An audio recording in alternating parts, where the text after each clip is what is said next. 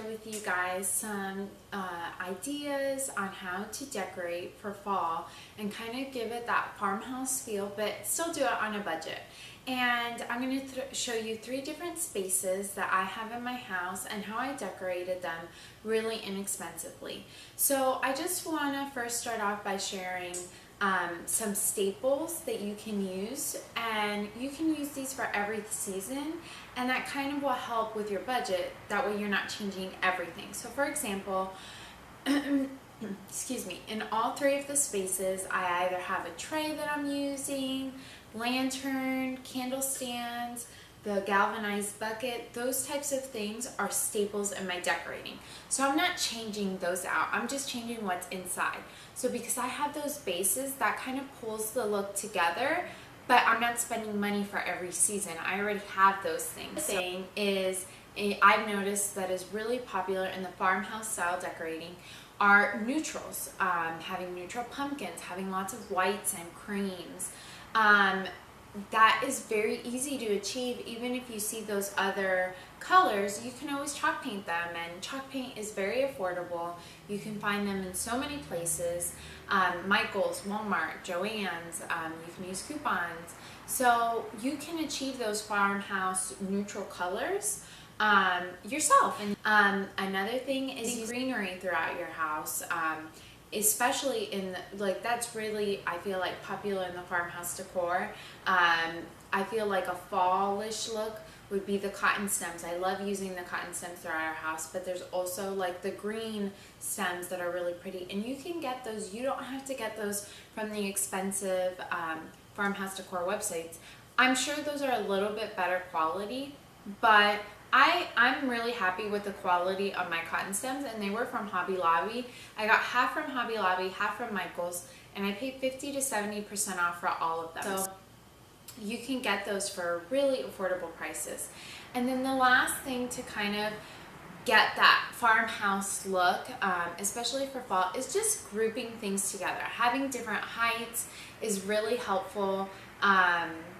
And just incorporating like different dimensions, different tones. For example, you can have a lot of wood elements, you can have the neutrals that I mentioned earlier, but then also you can incorporate the metals. So whether it's copper or galvanized metals, that kind of will pull your look together. So I actually combine 2 things into one.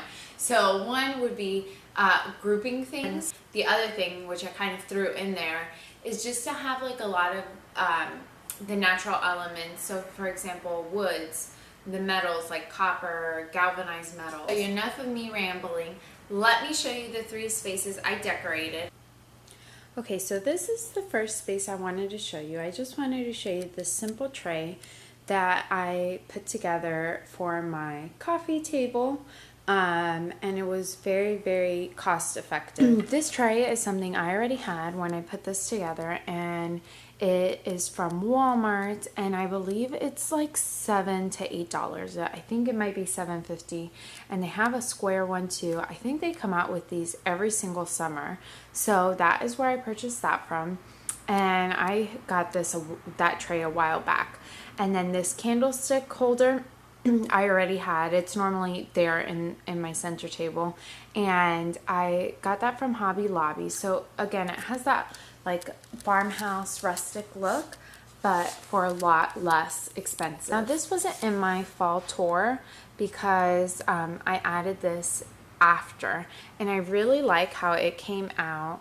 And there's several different types of pumpkins in here. I'll give you a shot of the other side in just a second. And I am just really thrilled with it.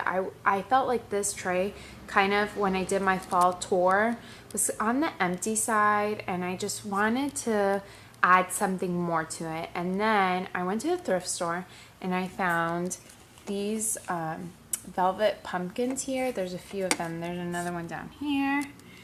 And excuse me. I got a bag of those velvet pumpkins, which I know those are really popular with the farmhouse style decor, and I got a bag of them. I brought 3 of the velvet pumpkins and 2 wood pumpkins for, I don't remember if it was $2 or $3. So I got those from the thrift store, And then what I did was I picked up these orange pumpkins from the Dollar Tree, and then I just chalk painted it white. And then, let me see, it's not fully focusing here. I just chalk painted it white, and then I hot glued some jute on the top, and then I just, I grabbed a copper permanent marker, and I just colored the stem. And I really like how it turned out. I think it turned out really pretty. Here it is from the other side, and I just put some of the dollar spot pumpkins as well. And I just am really happy with how it turned out. I think it gives it like a farmhouse feel with all the neutrals and creams and whites. This is another area I wanted to show you, and this is right above my refrigerator. And this wasn't in my fall home tour either, and I just decided to do something above my fridge because I felt like it gets cluttered, and I feel like if it's beautiful on top of my fridge, it won't get cluttered. And I just wanted to incorporate that farmhouse look again on top of my refrigerator. I wanted to stick with the neutrals, and I feel like the tray really helps pull everything together. And I feel like grouping things at different heights and kind of layering, putting things in little groups gives it a put together look. Like I have the cutting board and then the chalkboard and the flowers, and it kind of gives it like a layered look, and it puts everything together in the tray. So again, I try to stick with those neutrals, whites, creams, and then I don't mind a little bit of pop of color. Also chalkboards I feel like are very popular in the farmhouse look, so I pulled this chalkboard from, it was by my coffee station, and I wanted to add that. The cutting board, I think I got like 75% off at Target. This was from the thrift store for 99 cents. The flowers are from the Dollar Tree. The burlap pumpkin is from the Dollar Tree. This copper, this was actually in my Goodwill challenge, and I changed it, and that was 99 cents. So you can find a lot of these things in the thrift store. And trust me, I was always that person that said, you can find it at your thrift store, but in my area, the thrift stores are just terrible. They're really expensive.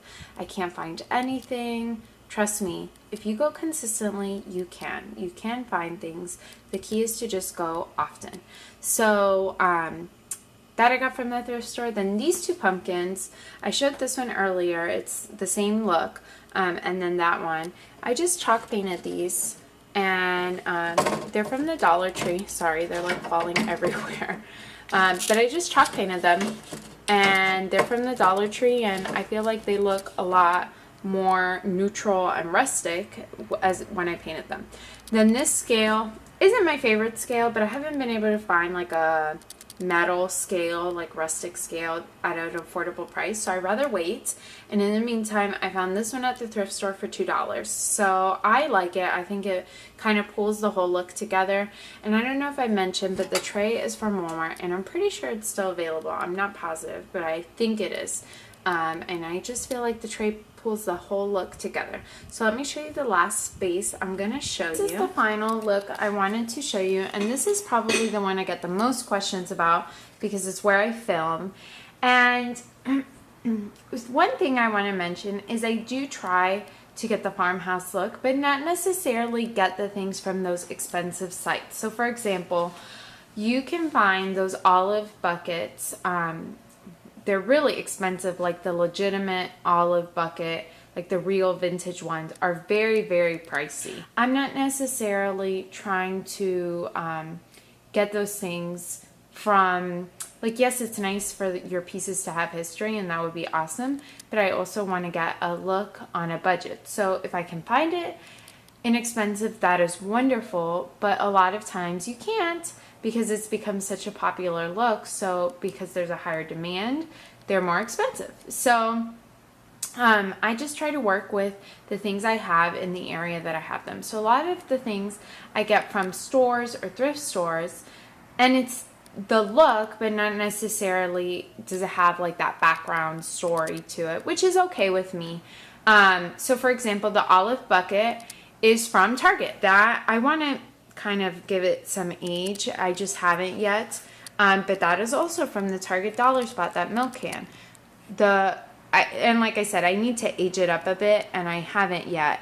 But you can get those things or milk cans, although I think you could probably find them at like the antique flea markets. I haven't come across one yet. So that one was $3. So it's I love incorporating galvanized things, copper things into my farmhouse look, you know. The wood pumpkin I got on clearance from Target. So I try to get my things a lot of times like after season. Both of these pumpkins I got after after I think it's around Halloween when all that stuff goes to clearance. I also got several questions about this sign. It is not handmade. It was from Home Goods. To me, it looks like a sign you would buy from an Etsy shop, but it actually was from Home Goods, and I'm pretty sure I got it for $14.99, which I feel like is a steal for that type of sign. So if you have any more questions, I also like to incorporate a lot of wood. So I have the wood at the bottom. I got that on clearance. I have the wood bowl. I got that from a thrift store. I have the birch pieces, which I got from Hobby Lobby. Those cotton stems and the picks and all of that are from Hobby Lobby. You know, I love if things have a story to them, I think that's wonderful and really special. But at the same time, I feel like if you're working with a budget, you do the best you can, and you know, you just got to go with your own style. I hope some of these tips were helpful to you in achieving your farmhouse look for fall. If you have any questions or if I left anything out, please let me know in the comments down below. Thanks so much for watching. Bye.